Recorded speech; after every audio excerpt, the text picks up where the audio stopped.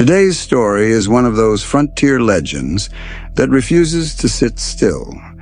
Every retelling shifts the river, the ridgeline, the direction of the wind, but the same names keep surfacing. In 1870, two prospectors, Frank Lemon and a man everyone called Blackjack, rode into the Canadian Rockies between Crowsnest Pass and the Highwood country, chasing a rumor that shouldn't have been real. And then, against all odds, they found something that looked like a shortcut to a different life. But what makes this story last isn't the gold. It's what happened after they found it, how the forest seemed to change its posture around them, how ordinary sounds started feeling intentional, and how everyone who tried to turn that discovery into certainty ended up with less than they left with. And to this day, the mine, if it ever was exactly what the story claims, has never been cleanly found again. The first thing that went wrong was the silence. Not the normal kind, the wide Canadian silence that sits between spruce trunks and lets a man hear his own breathing. This was a silence with edges. It felt arranged, as if the forest had decided collectively to stop making its harmless little noises so it could listen. Frank Lemon crouched beside the fire and held his hands out. Not to warm them, he wasn't cold enough for that, but because he needed somewhere to put them. They kept rising, hovering over the flames like a guilty habit, then dropping into his lap, then rising again. He stared at his own knuckles until they seemed like somebody else's. Behind him, the tent was a darker square against darker trees. The canvas shifted once, subtly, as though a breeze had found a way inside, and Frank's throat tightened on instinct. He didn't turn right away. Men who spent enough nights outdoors learned rules without writing them down. One was simple. Don't keep checking the same shadow, or it becomes a thing.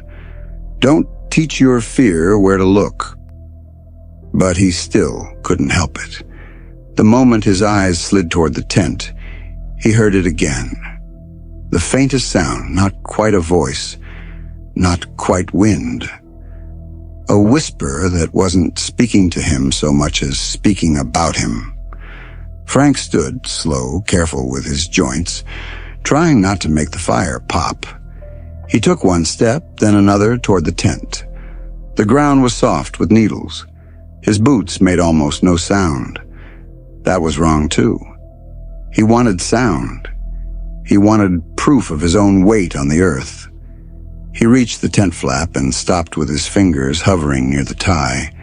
His hand trembled once, sharply, like a horse's skin twitching off a fly.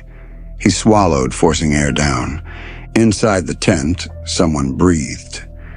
Not the thin, sleep-deep breathing of a man who'd spent a day riding and then walking streams and climbing ledges.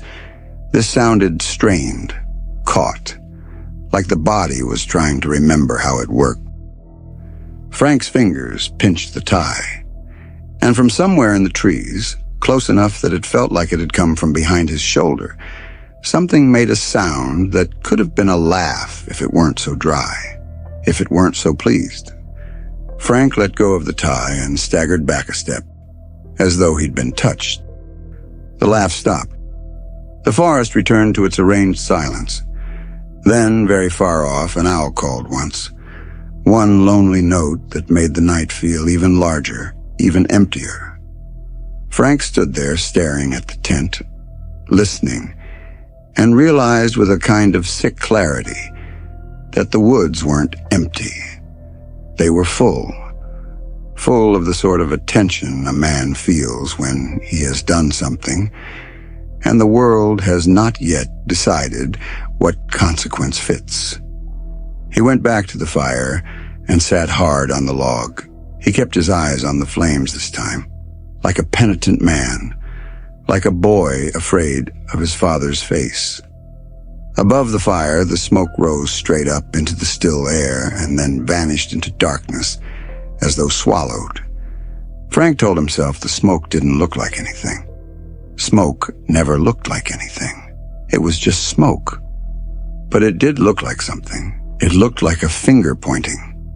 Months earlier, when the trouble was still an idea far away, when it could have been avoided by one honest sentence, Frank Lemon had believed in luck the way hungry men believe in bread. He was not a young prospector anymore. He'd watched men younger than him turn into old men in a single winter. He'd seen bright-eyed boys walk into a camp with fingers intact and walk out with stumps wrapped in cloth. He'd been hungry often enough that hunger felt like a weather pattern.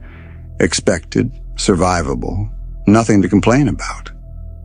When word spread that a man named Lafayette French was hiring for a spring expedition, grub-staking a line of prospectors to search Canadian wilderness for gold, Frank had signed his name before the ink on the notice felt dry. French, by reputation, was a kind of person Frank both resented and needed. A man with money who could afford to chase a dream without starving. The arrangement was simple in theory. French funded the search. If a mine was found, French bankrolled the operation. The finders, those who had the grit to put boots on a riverbank and hands in icy water, would take a cut. Frank told himself that was fair. Money made more money, and the man who already had it always got the larger share. He told himself that in the way a man tells himself anything to make it tolerable. And because big chances made a man want company, Frank had convinced his closest friend to come along too. The other man's real name mattered less, even then. In camps and trading posts, men were often known by what they did or what they'd survived.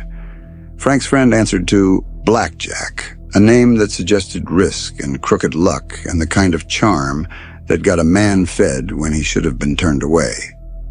Blackjack had a way of smiling with only half his mouth, like he was sharing a private joke with himself. He'd been with Frank through seasons when there were no jokes to be had. When Frank asked him to join French's party, Blackjack had nodded once and said, "If you're going, I'm going." That was how it always was with them. No speeches, no vows. Just the quiet agreement of two men who understood that whatever the wilderness did to one of them, it would probably do to the other. They rode out with a dozen men, maybe more at the start, depending on who you asked later, following rivers and old trails, tasting the metallic promise in the air, and finding, day after day, nothing that would feed a dream. Weeks passed. The country opened itself in long slopes and thick stands of spruce. There were mornings when fog hugged the ground and made the world feel unfinished. There were days when rain turned the earth into a sucking mud that clung to hooves and boots alike. There were nights when the men sat close to the fire and spoke less than they had the day before, each one's hope diminishing like a ration.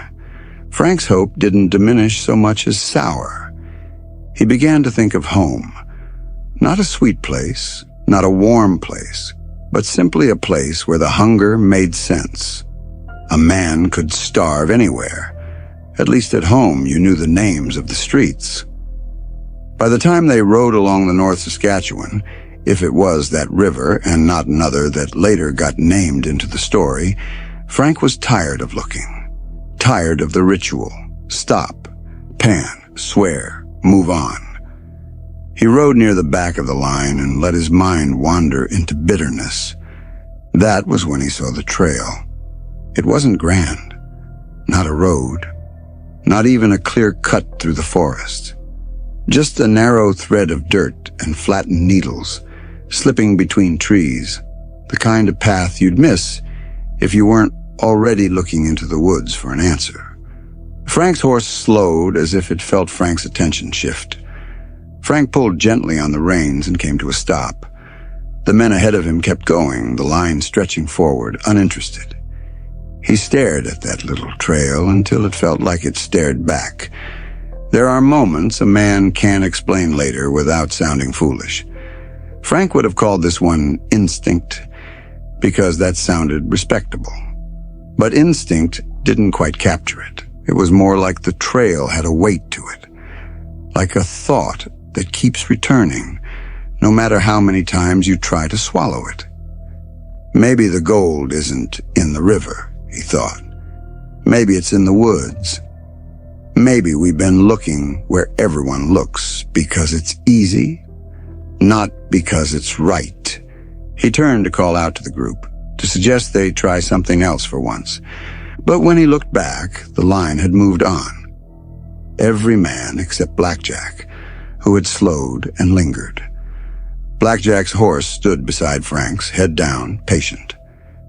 Blackjack himself looked at Frank, then at the trail, then back again. Frank made a small gesture. Nothing dramatic, just a tilt of his chin toward the trees, as if to say, "You feel it too?" Blackjack's smile appeared, that half-smile that made a man feel less alone. He nodded. That was all. The two of them turned their horses off the main route and followed the thin trail into the woods, leaving the hired party behind without a word. It was, Frank would think later, the last clean decision of his life. The trail took them deeper than Frank expected. At first, it felt like any detour. Trees close, light broken into thin bands, the air damp and alive. But after an hour, the forest seemed to thicken, as if it resented being cut into by human passage. The undergrowth pressed in. The trail wound in a way that made it hard to guess direction. Frank kept expecting to see signs of a camp, a hunting party, something, anything, to prove the trail led somewhere human. But it didn't lead somewhere human. It led somewhere older.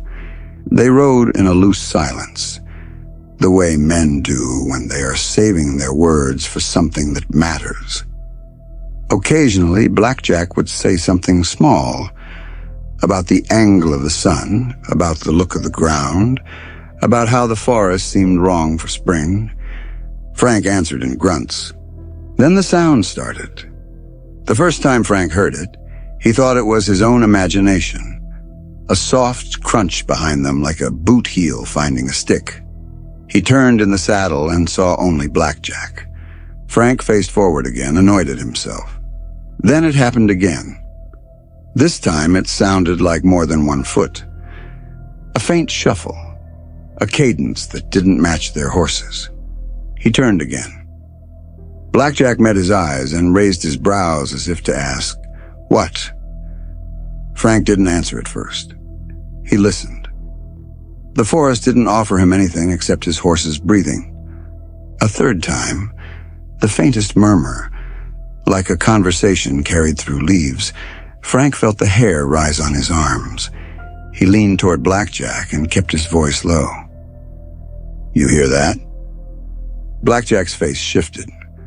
The half-smile vanished. He listened, head tilted slightly, like a man trying to pick out a distant tune. Then he nodded, slow. They both turned in their saddles. They both looked back down the trail. There was nobody. Just the thin path, the trees, and the light fading into a greenish dim. Frank tried to tell himself it was the other men, the hired party, maybe realizing Frank and Blackjack had split off and coming after them. He tried to tell himself that because it felt rational, but it didn't feel true. The trail didn't feel like a place other men would choose to follow. Blackjack, after a moment, exhaled through his nose in a humorless way. "If they're following," he said, "they're quiet about it." Frank didn't laugh. He couldn't. They kept going. It was easier to keep going than to turn around and admit that a simple trail had unnerved them. The further they rode, the more those sounds seemed to rise and fall at the edges of hearing, always behind, always just far enough that when Frank tried to pin them down, they evaporated.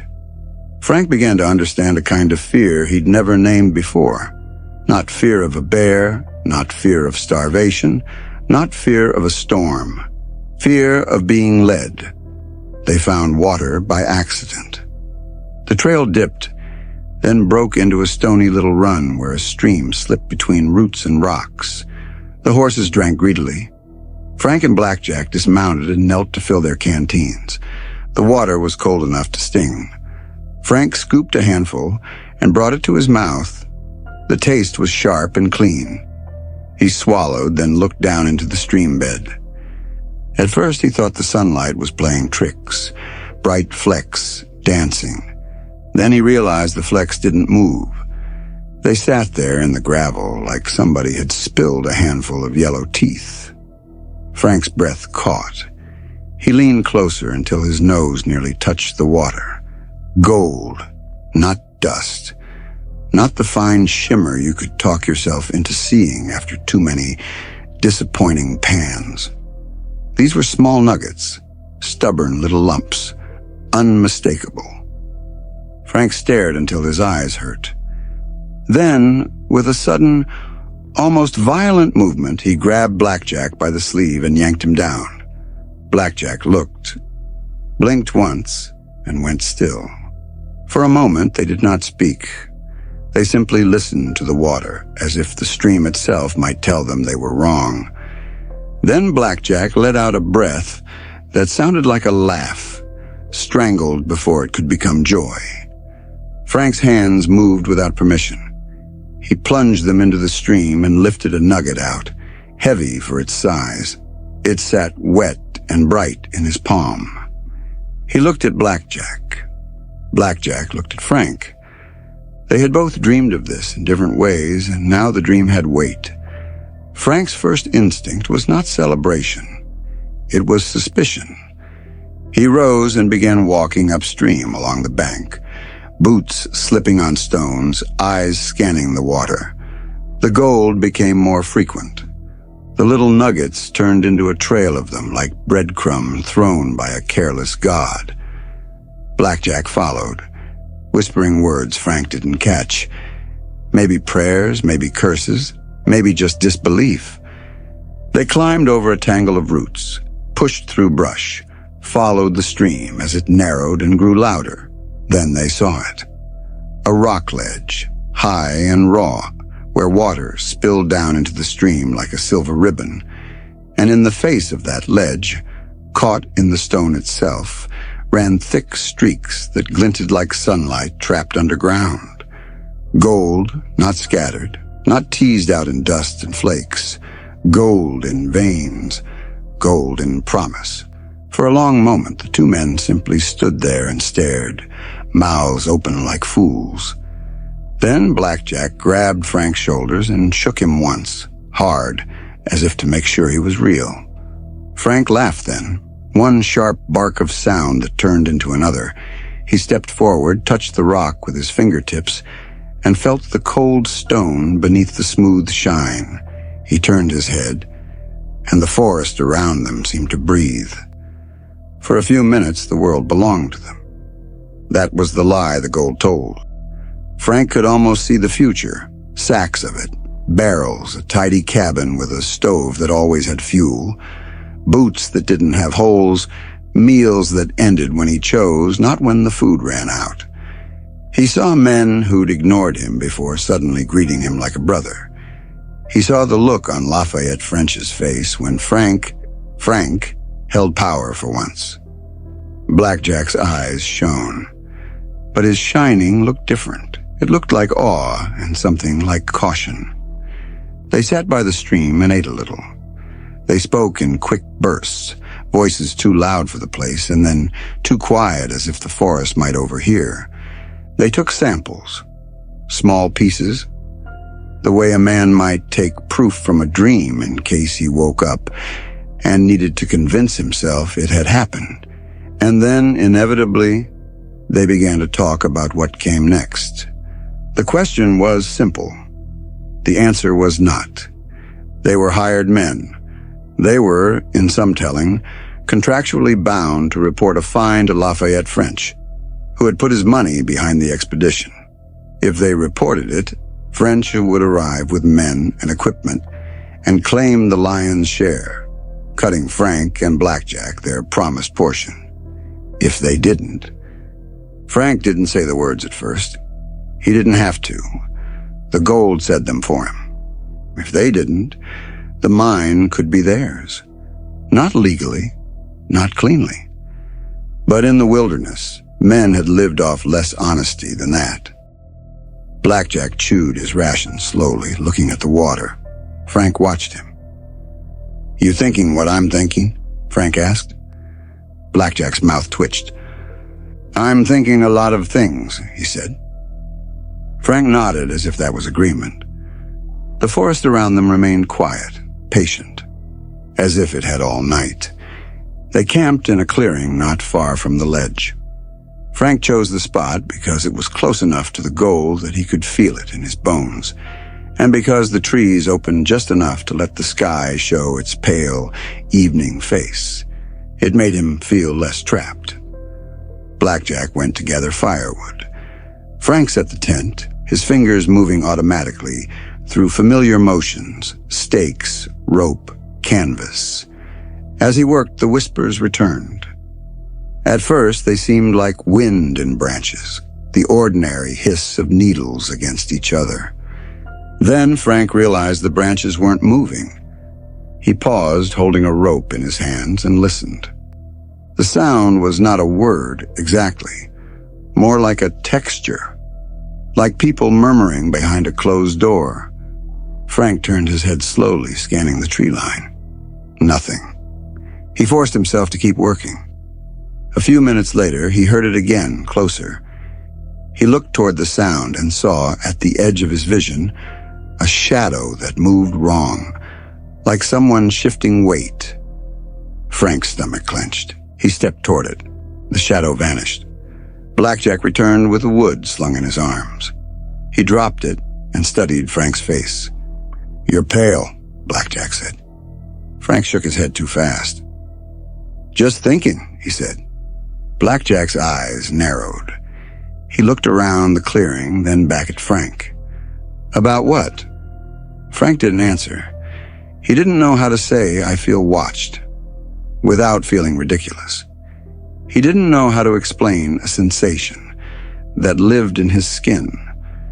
So he shrugged and said something practical. "About French." At Blackjack's expression, Frank knew he'd struck the right chord. French's name was a weight, a reminder that the gold didn't belong to them without consequences. They built the fire. They ate. Darkness gathered slowly, not rushing, as if enjoying itself. And when the stars appeared, thin and cold above the treetops, Frank felt the day's joy begin to rot. Because now there was time.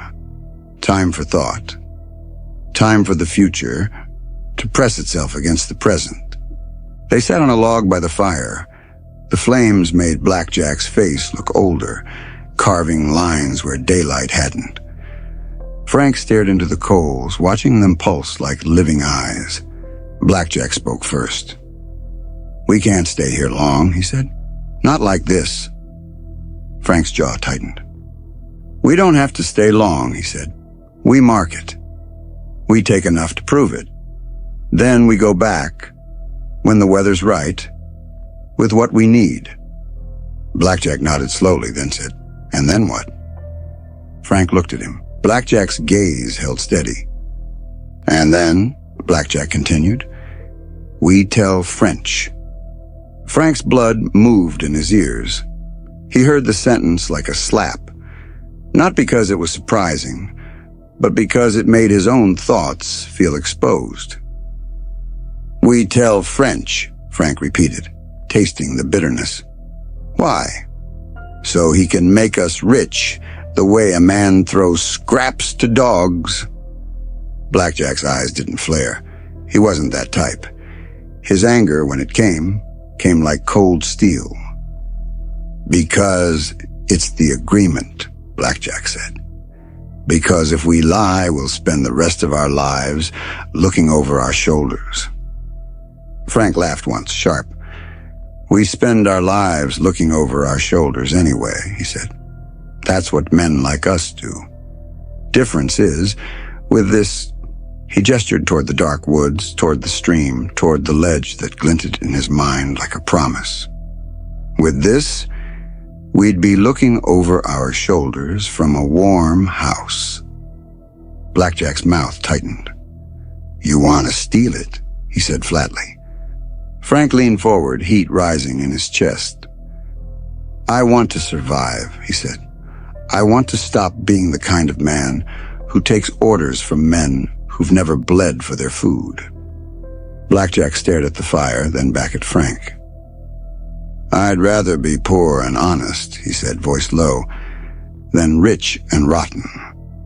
Frank felt something in him crack at that. Rotten, like he was already spoiled. He stood so fast the log scraped. "You call me rotten?" Frank said. Blackjack rose too, meeting him.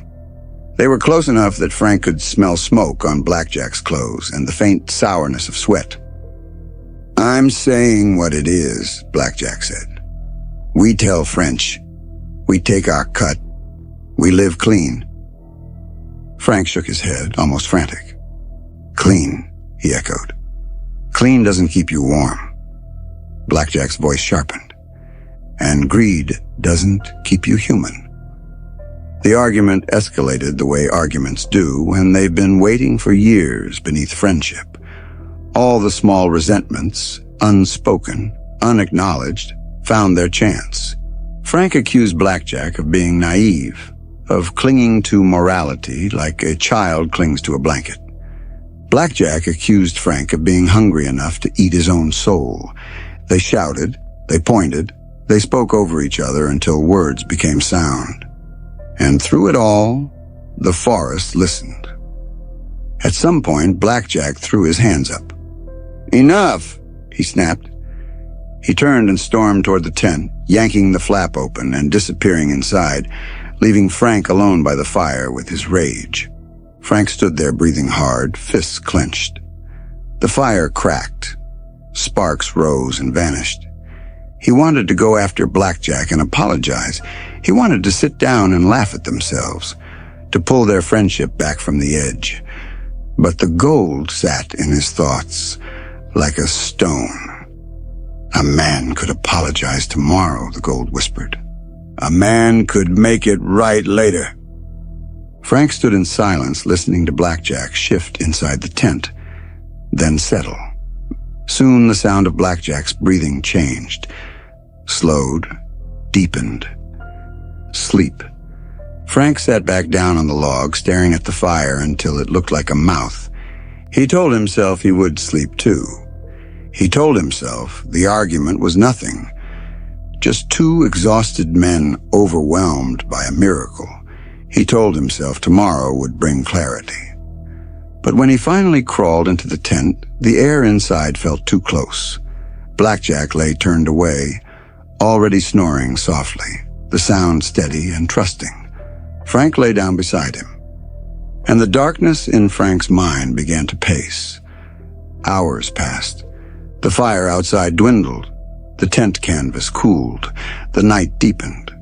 Somewhere far off, something called once and then went quiet. Frank stared at the tent's dark ceiling and felt thoughts circle like wolves.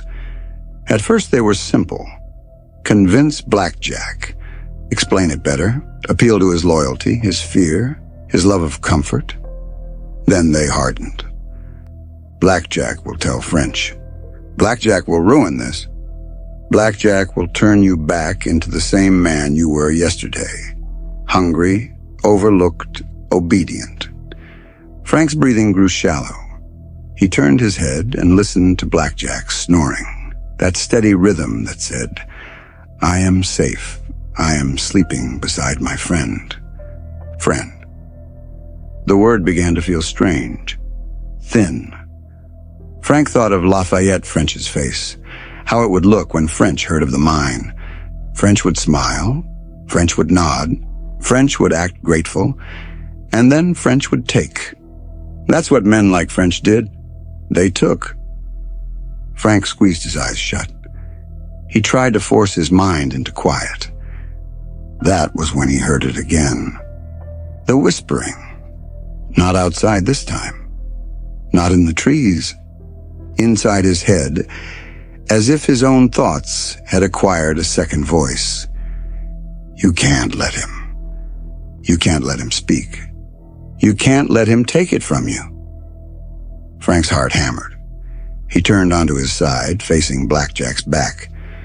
Blackjack shifted once in his sleep and exhaled, a contented sound.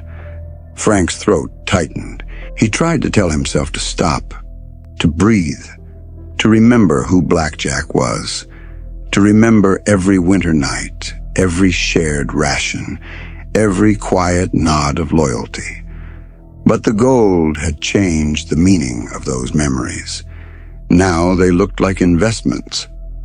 And Blackjack looked like a risk. Frank's hands moved before he could make an honest decision. He pushed himself up, careful not to wake the other man. He crawled out of the tent into the cold night. The fire was mostly coals now, a faint red glow. Near the edge of camp lay their tools. An axe, ordinary, used for wood, its head dark in the moonlight. Frank stared at it. The forest was silent again. That arranged, listening silence. He reached for the axe. And in the moment his fingers wrapped around the handle, the whispering stopped, as if satisfied. Frank stood there holding the axe, feeling its weight travel up his arms. He took one step toward the tent, then another. He told himself he was only going to scare Blackjack, to make him understand how serious this was, to make him listen. He told himself a story that sounded just reasonable enough to let him keep moving. He lifted the tent flap. Inside, Blackjack's breathing filled the dark. Frank stepped in, the axe rose, and the night, so quiet, so attentive, finally received the thing it had been waiting for. By dawn, Frank Lemon was no longer a man with a plan. He was a man with a fact. The camp looked unchanged at first glance. The tent, the dying fire, the trees standing indifferent. But inside the tent, one friendship had ended in a way the world could not soften. Frank stumbled out and dropped onto the log by the ashes, staring at his hands as if they belonged to someone else. They were not drenched. This was not a slaughterhouse scene. The wilderness was too efficient for drama. But there was enough there, enough to make his skin crawl with his own history. He sat trembling, trying to force his mind into a shape that could contain what he'd done. That was when a twig snapped near the tent. Frank's head jerked up, eyes wide. He stared toward the sound. Nothing moved. Then, low, guttural, almost like an animal in pain, something moaned. Frank's breath hitched. For one wild, impossible second, his mind tried to deny reality.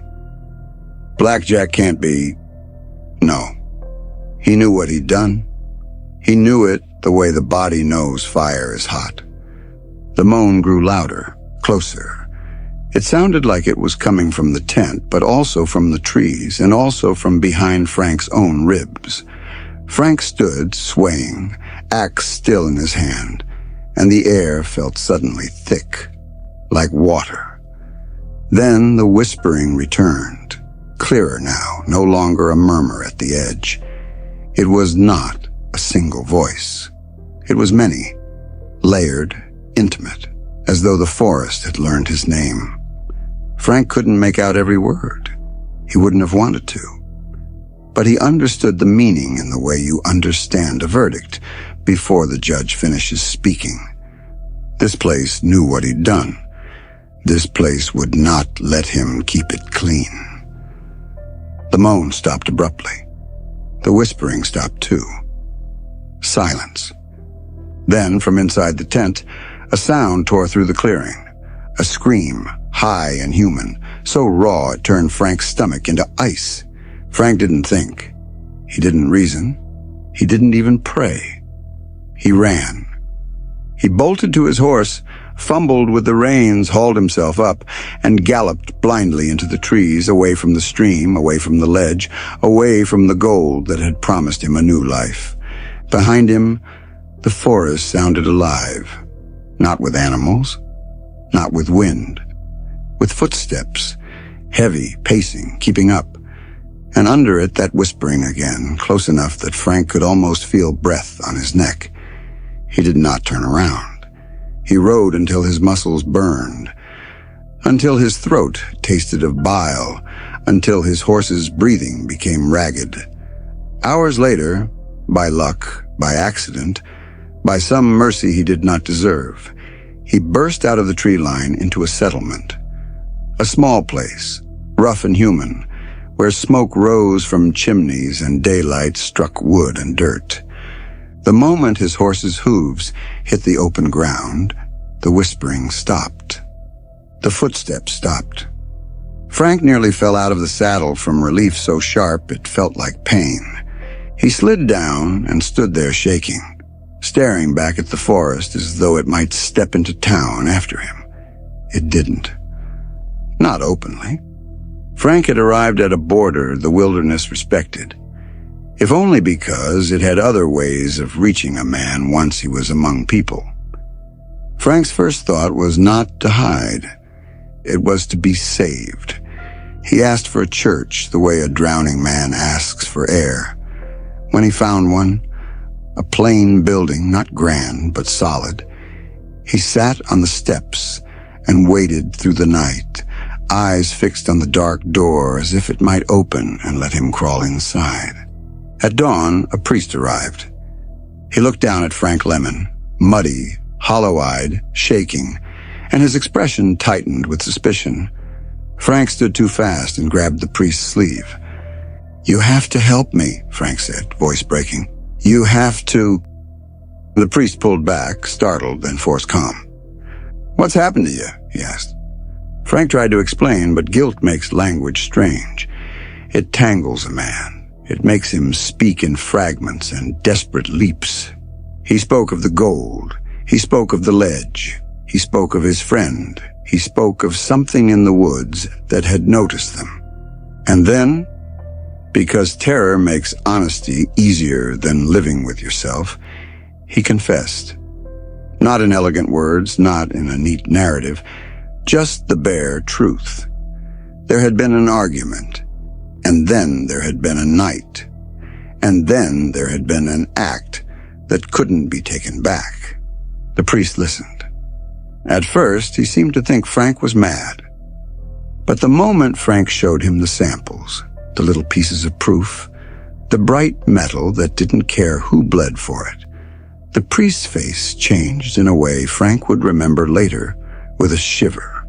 It was subtle, not a dramatic conversion, just a narrowing of focus, a hungry kind of attention. Frank mistook it for concern. He begged for protection. The priest said slowly, "We can help you." Frank's shoulders sagged with relief. "You must leave town," the priest continued. "Go. Don't return. Let us do what must be done for the dead. A proper burial will quiet what follows you." Frank nodded, grateful beyond sense. He didn't notice the priest's eyes lingering on the gold. He fled town the way the priest advised, believing salvation had begun. He did not understand that he had simply handed his secret to another form of hunger. What happened next was told later in pieces, by men who liked stories, by men who feared the wilderness, by men who could not resist the satisfaction of saying, "I knew it, I knew that place was wrong." The priest, they said, sought help from a frontiersman, an outdoorsman named John McDougall. McDougall was the type of man people trusted in those years. Hardy, practiced, comfortable alone in places that unsettled others. The priest told him of a dead man in the woods and, quietly, of gold. McDougall rode out. He found the camp. He found what was left in the tent. He did what the priest asked. Buried Blackjack. Covered the shame with earth and stones. Built a cairn and tried to keep the story small. But even McDougall, by some accounts, heard the whispers. He heard the forest's attention gathering around him as he dug. He felt eyes in the trees. He felt something patient and resentful in the air. He went looking for the stream, too. He went looking for the ledge, and then, like Frank, he left. Not because he wasn't brave, because bravery does not always compete with a place that seems to want you gone.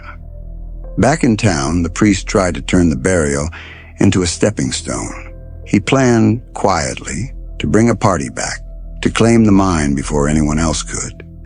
In some tellings, Lafayette French, the expedition's backer, heard the story and began to circle it like a man orbiting a star. McDougal, they said, was supposed to meet men at Crowsnest Lake to guide them. He never made it. He died of alcohol poisoning, drink after drink, night after night, until his body gave up and took the location with it. That detail became, in the retelling, the first of many coincidences that didn't feel like coincidence at all. Men began to say the mine was protected. Some said protected by Blackjack's spirit. Some said protected by people who'd witnessed the killing and swore secrecy. Stony accounts appear in several tellings, with the suggestion that witnesses reported the murder to a chief, and the place was deliberately kept from outsiders. And some said protected by something older than any of them. Whatever the explanation, the pattern was easy to memorize. If a man went looking for the mine, something went wrong. Routes became impassable. Fires, slides, the landscape itself changed. Guides died. Men grew sick. Expeditions returned empty-handed, or didn't return at all. Lafayette French, in many versions, became the central figure of obsession, spending years, even decades, attempting to find what Lemon and Blackjack had stumbled upon. Some accounts claim he fell gravely ill on one search. Others say he kept returning until, late in his life, he believed he'd found it, only to die in a cabin fire that swallowed proof and left the location unshared.